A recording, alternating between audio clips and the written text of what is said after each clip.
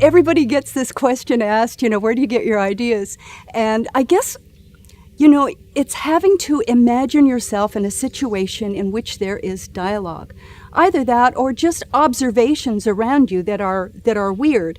And I think I was saying to you, one of the observations is you're sitting in rush hour and you'd say, well, rush hour? I'm not going anywhere.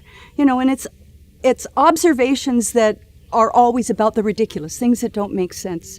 And for me, it was dialogue and how do I make a one-liner. When I was a kid, I used to think I couldn't fight physically, but I could sure hit somebody with a one-liner. I remember somebody saying, I'm going to smack you in the face. And I said, pig's feet. I've never tried those. And that got me a smack in the face, but I'd say, one-liner, right? And so you have to be able to think. You think in terms of dialogue and imagine it. And I guess an analogy, my favorite analogy is, it happened to me once. You've got a neighbor you're not really fond of. They've got a barking dog that keeps you awake all night long. You're going to have to confront that neighbor eventually, but you don't want to. And you come back from a vacation to find the schnook has built a fence 3 feet on your side of the property, and you don't want to go to the law.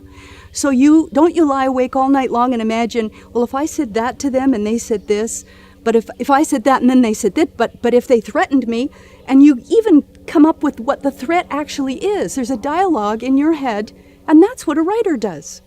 That's creativity. That's where the ideas come from. It's a passion, a commitment, and a deadline.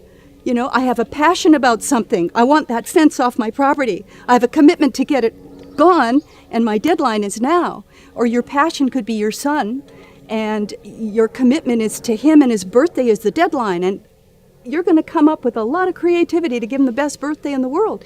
You need a passion, a commitment, and a deadline, and you'll be creative.